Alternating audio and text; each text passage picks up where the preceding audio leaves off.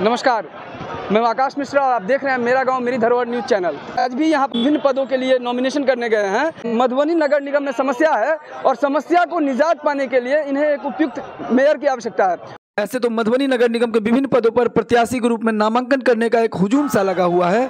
उनमें से कुछ गिने चुने प्रत्याशियों के गणित को ध्वस्त करते हुए उम्मीदवारों के नामांकन की चर्चा जोर पकड़ रही है। ऐसे ही एक समाजसेवी संभावित प्रत्याशी के रूप में गणेश कुमार मेहरान का नाम सामने आ रहा है। नामांकन के बाद विशाल समर्थकों को देखकर गणेश कुमार मेहरान ने अपने जीत का दावा करते हुए बताया कि मेरी पहली प्राथमिकता नगर की साफ सफाई के लिए अनेकों योजनाओं को जमीनी स्तर पर चालू कर अगले 5 साल में मधुबनी को स्वच्छता सर्वेक्षण में देश के शीर्षतम शहरों में शुमार किया जाएगा। मधुबनी शहर को सबसे स्वच्छ और सुंदर बनाए जाने की दिशा में हर संभव प्रयास करेंगे। आगे उन्होंने बताया कि नगर की जल निकासी व्यवस्था को दुरुस्त किया जाएगा जिससे शहर में जल जमाव नहीं होगी। साथ ही नगर निगम के जनप्रतिनिधि होने के नाते मधुबनी के गौरवशाली अतीत को पुनः स्थापित करने के लिए लगातार प्रयास किया जाएगा।